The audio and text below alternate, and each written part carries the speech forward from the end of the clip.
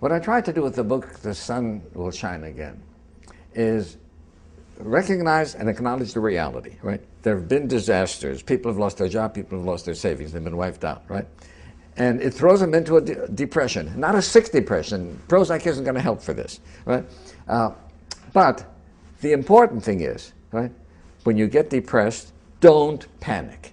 Because if you allow yourself to panic, you can make the most ridiculous decisions under panic. So yes, depression, and it's understood, right? But don't panic. I think the theme of the book really is avoid panic, keep your equilibrium. Yes, it's tough times, right? But we can weather them, and we have to find ways in which to support each other. The family should get closer, right? Increase your social ties. Work on your faith, work on your prayer, but don't panic, because panic is deadly. One of the points that I make there is a little bit of a vague point, but I think it's true. And say, don't allow despair. There's a difference between depression and despair. Now, as a psychiatrist, I've treated many, many people with depression, right?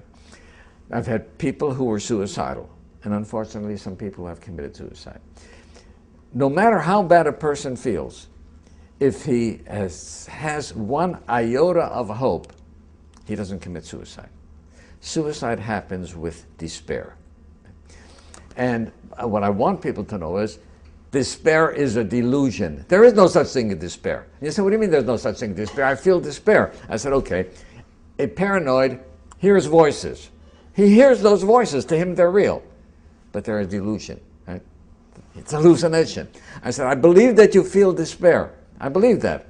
But you've got to realize that your feeling of despair is almost a psychotic feeling, because despair doesn't exist. Right? You're making it up. Right? That's a tough point to get. Right?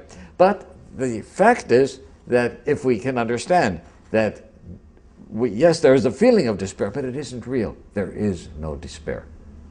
I think first of all, as I point out, it focuses on don't panic, recognizing you're despaired.